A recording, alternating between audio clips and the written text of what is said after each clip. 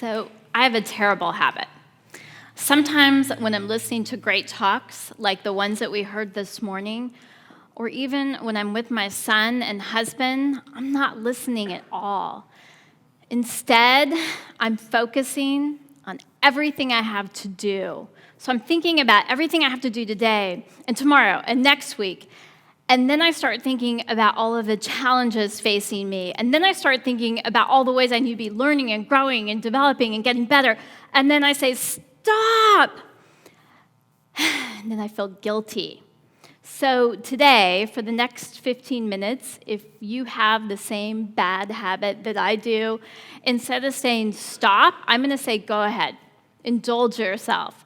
I want you to think about all the things that you have to do and all the ways that you want to be learning and growing and all the challenges facing you, because I'm really excited because I'm going to be giving you a tool to help you with your challenges and ways to grow and learn, and that's how to get a mentor. I met my first mentor right out of college. I went in to interview for my dream job as a human resource assistant. And I had a couple of interviews and seemed to go pretty well. And finally, I got the call. And she said, the human resource director said to me, listen, I would love to hire you, but you have a problem. And your problem is you look too much like the girl who had the job before you. And she had an affair with the CEO. So I've been told I can't hire you. So I was pretty disappointed, as you can imagine. But she went on to say to me, but listen, I see something in you, fortunately not the same thing the CEO saw in the girl. And she said, so if you like, I will be your mentor. So I didn't really know what a mentor was, but she said that we would meet and eat, and I thought that sounded like a great idea. As a result of all this, I had a couple of key realizations. One, I realized that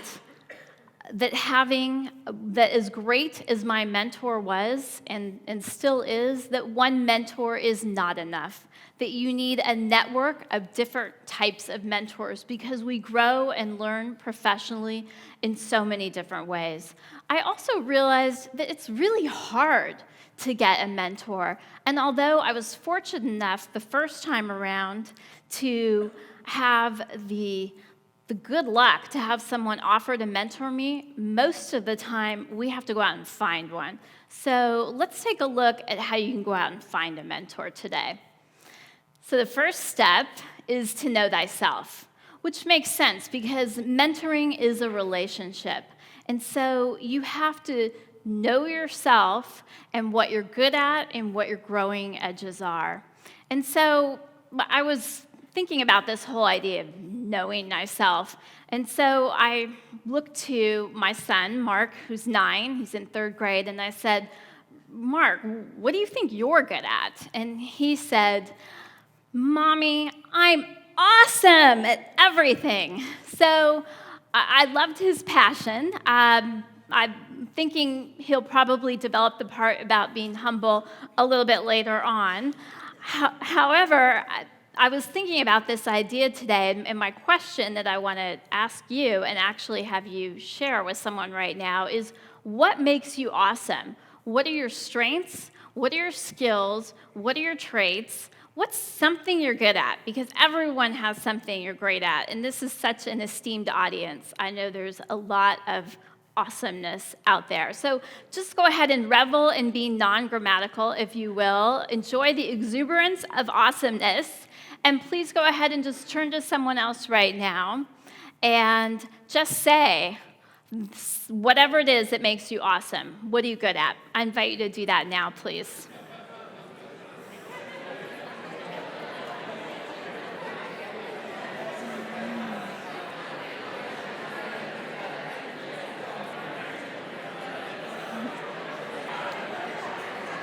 I'm going to stop the awesomeness for just a moment. Thank you for doing that. And you can continue this over a break.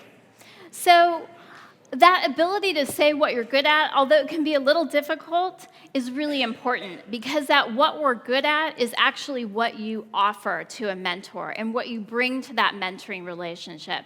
The second part of that is knowing what your growing edges are, because that's the part where you need to reach out to a mentor in. So let's take a look at step 2, which is reflect on who to reach out to. If you recently survived a family gathering and there were kids present, you probably heard this question. So, what do you want to be when you grow up? Well, I think it's a fair question to ask ourselves our entire life if we think of growing up as growing and learning and developing. And part of this is not only what do you want to be, but who do you want to be like? In every profession, there's heroes, rock stars, and go-to people. So right now, I'm going to actually pause and just ask you to visualize some people or a person that you admire. So who is someone that you admire? So I'm going to go ahead and let that just kind of come in your mind right now.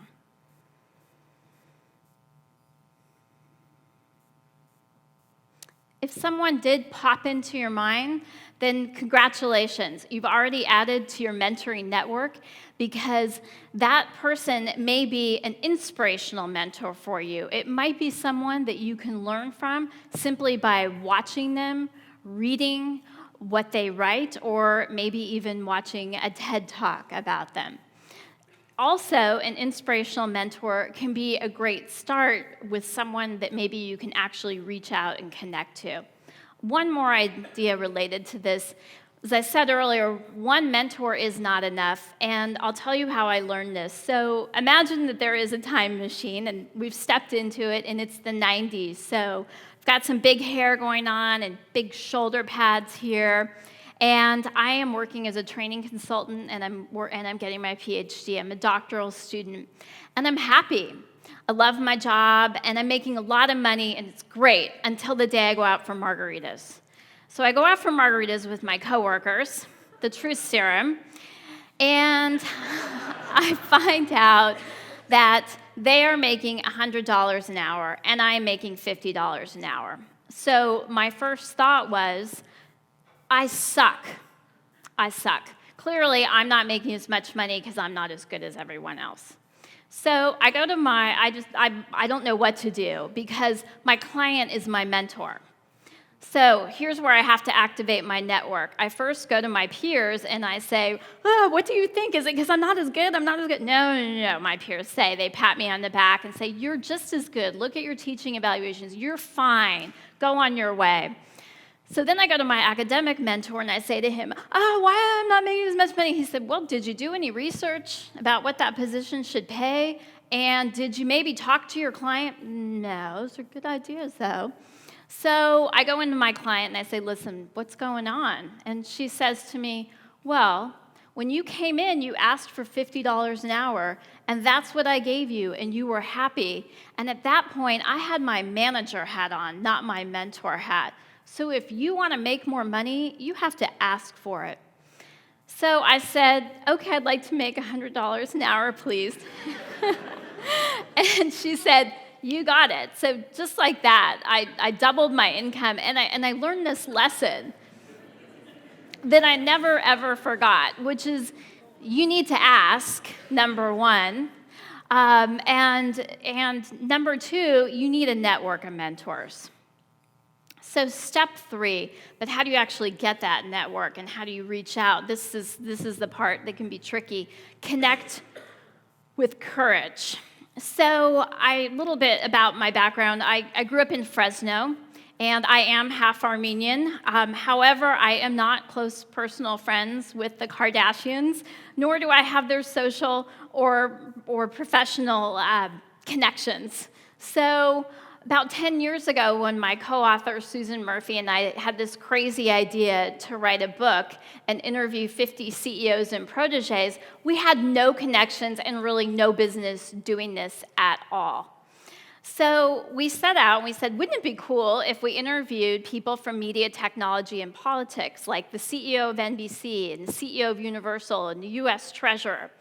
But we didn't know how to connect with them. So we devised this process, which 10 years later has become this whole how to get a mentor and turned into an assignment I give my students every single semester. And it goes like this. When you want to connect with someone, you make a hit list or a target list of who you want to connect with.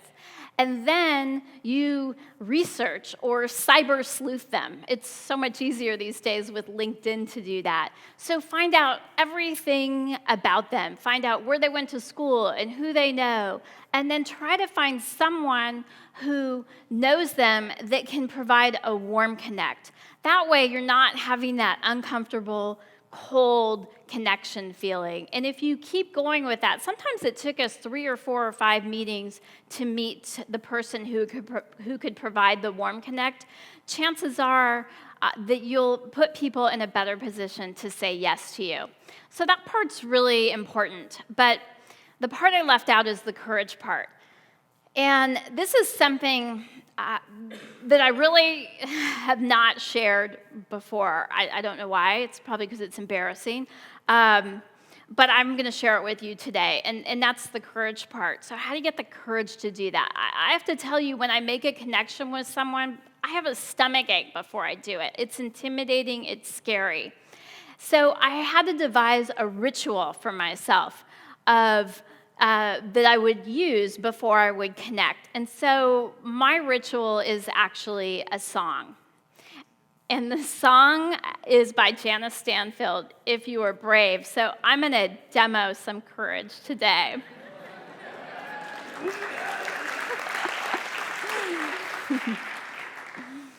What would I do today if I were brave? So you can see why, thank God, I stayed in graduate school.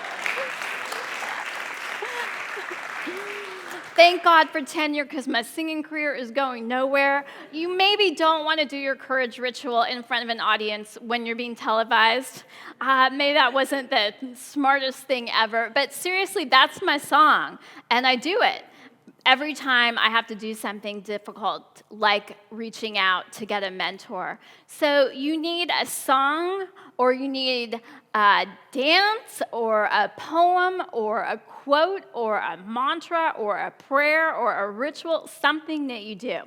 So I'd like you to think about that as we go forward today. What's your courage ritual? And that would be actually a really fun question to ask people at one of our breaks. What's your courage ritual, or what could be your courage ritual? So to sum it all up, 3 steps to getting a mentor. Number 1, know thyself. Number 2, reflect on who to reach out to. And number 3, to connect with courage. And don't try to do this all at once. Take maybe 20 minutes a week. Start at our break or at our cocktail hour. Start making some warm connections. And if you continue to take just 20 minutes a week, in about 3 weeks or so, I think you'll be well on your way to making some connections.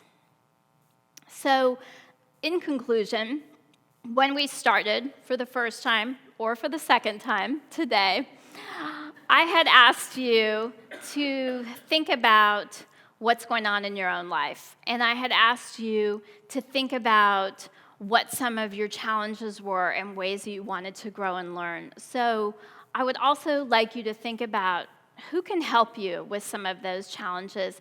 And I'd like to encourage you to get started, because I truly believe that whether you're a child learning to read, or you're a student graduating from college, or you're an adult looking to get ahead professionally or run your first marathon, that a mentor can help you get there faster, more efficiently, and with greater joy. So I wish you great luck on your journey, and I thank you.